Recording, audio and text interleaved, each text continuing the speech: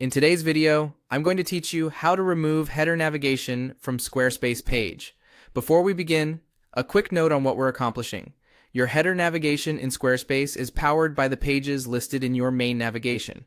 Removing a page from there takes it out of your site's header menu.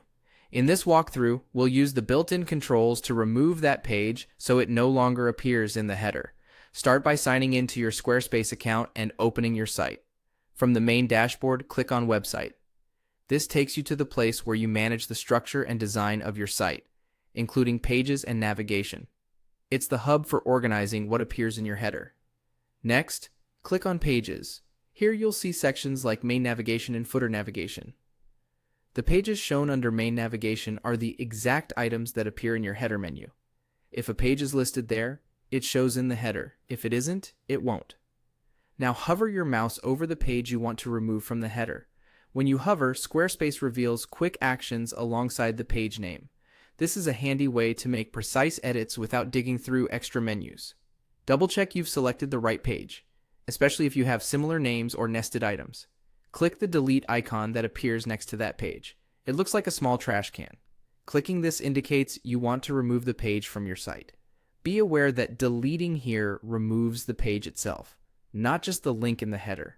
If your intention is only to clean up the header, consider alternatives like hiding the page from navigation or moving it to a non-navigation area.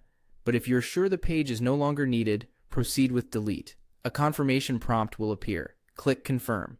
This final step prevents accidental changes and gives you one more moment to verify you're removing the correct page.